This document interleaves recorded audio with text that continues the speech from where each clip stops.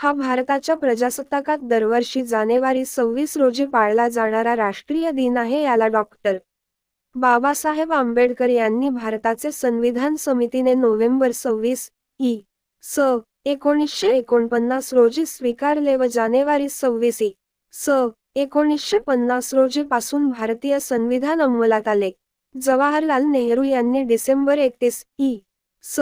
1929 रोजी लाहोरजवळ रावी नदीच्या काठी तिरंगा फडकावून पूर्ण स्वराज्याची, स्वातंत्र्याची घोषणा केली होती. त्याची आठवण म्हणून जानेवारी 26 हा दिवस राज्यघटना अंमलात आणण्यासाठी निवडण्यात आला. या दिवशी देशभरात भारताच्या राष्ट्रध्वजाचे आरोहण होऊन त्याला वंदना दिली जाते.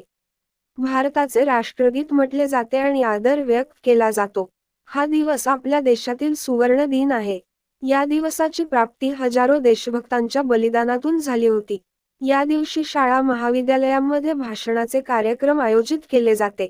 भारताला ब्रिटिश राजवटीपासून 15 ऑगस्ट 1947 स्वातंत्र्य मिळाले. यामागे भारताचा स्वातंत्र्य लढा आणि त्यातील महात्मा गांधी यांच्या अहिंसा पद्धतीचा मोठा सहभाग आहे.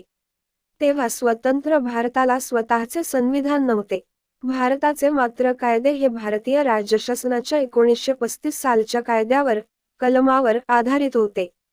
29 ऑगस्ट 1947 रोजी डॉक्टर बाबासाहेब आंबेडकर यांच्या अध्यक्षतेखाली स्वतंत्र भारताचे संविधान तयार करण्यासाठी मसुदा समिती स्थापना केली गेली.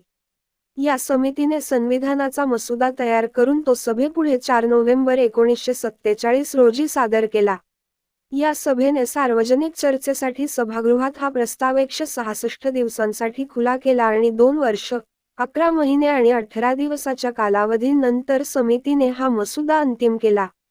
बरेचसे विचारविमर्श आणि सुधारणा केल्यानंतर समितीच्या 308 सदस्यांनी 2 हस्तलिखित प्रती, हिंदी आणि इंग्रजी, 24 जानेवारी 1950 रोजी स्वाक्षरांकित केल्या.